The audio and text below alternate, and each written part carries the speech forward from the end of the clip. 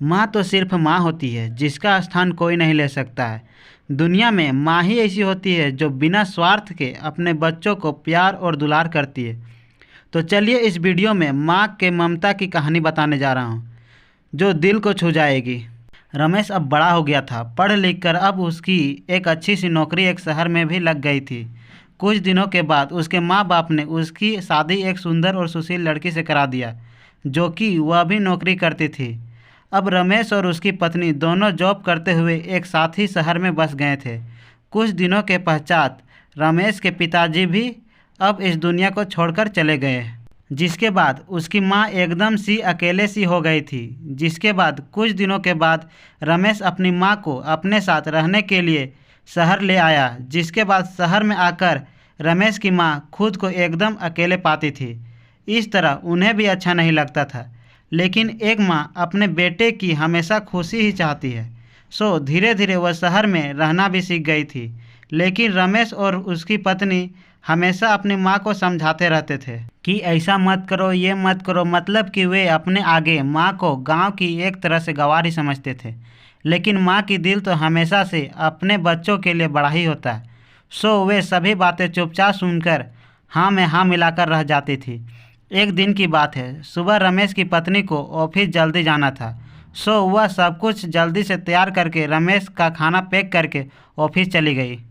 फिर इसके बाद रमेश भी जल्दी जल्दी तैयार होकर ऑफिस निकल गया था।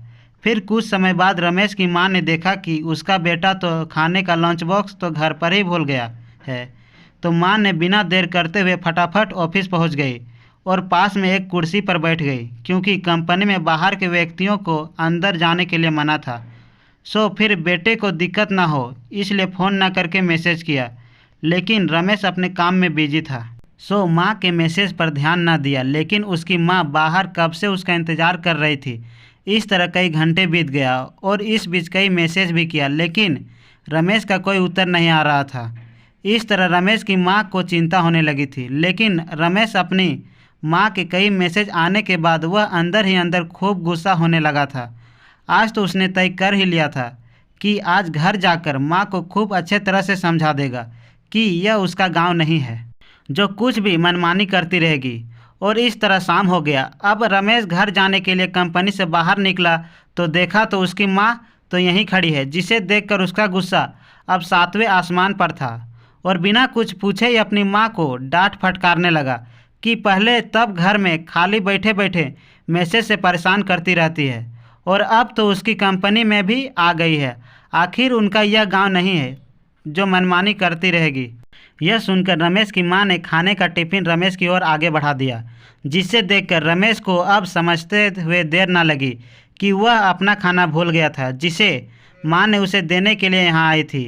इसके बाद रमेश की मां बोली, बेटा भले ही तुम बड़े हो गए हो, बड़े शहर में रहने लगे हो, भले ही अच्छे बुरे की ज़्यादा समझ आ गई हो, लेकिन मेरे लिए आज भी मेरे कलेजे का टुकड़ा ही हो, जिसे मैंने बचपन से लेकर आज तक पालते हुए आ रही हूँ।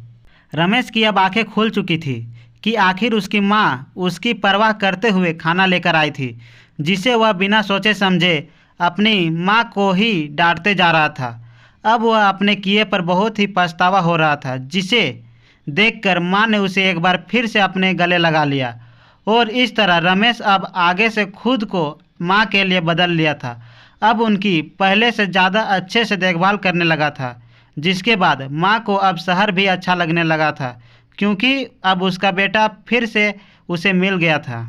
इस कहानी से यही शिक्षा मिलती है कि एक तरफ जहां हम पढ़ लिख कर खुद को ज़्यादा ही समझदार समझने लगते हैं, जिससे जाने अनजाने में माता पिता के बातों को गलत साबित करने में लग जाते हैं, लेकिन हम सभी यह भूल जाते हैं जिस माँ बाप ने अपने बच्चों के खुशियों के लिए अपनी खुशियों तक का त्याग कर दिए हो, वो भला माँ बाप अपने बच्चों का बुरा कैसे कर सकते हैं। हर माँ बाप की यही इच्छा होती है कि उनके संतान उनके बुढ़ापे की लाठी बने, लेकिन विकास की आंधी के दौड़ में हम सभी अपने मूलों को भूलते जा रहे हैं, जो बहुत ही शोचनीय है। अगर हमारे माँ बाप हमें पाल सकते हैं तो हम उन्हें बुढ़ापे में क्यों नहीं पाल सकते हैं। यही तो हर माँ बाप की इच्छा होती है। तो हम सभी अपने माँ बाप की उम्मीदों पर ज़रूर खरे उतरे। तो आप सबको यह माँ की ममता की कहानी कैसी लगी कमेंट में ज़रूर बताएं और इसे शेयर भी ज़रूर करें।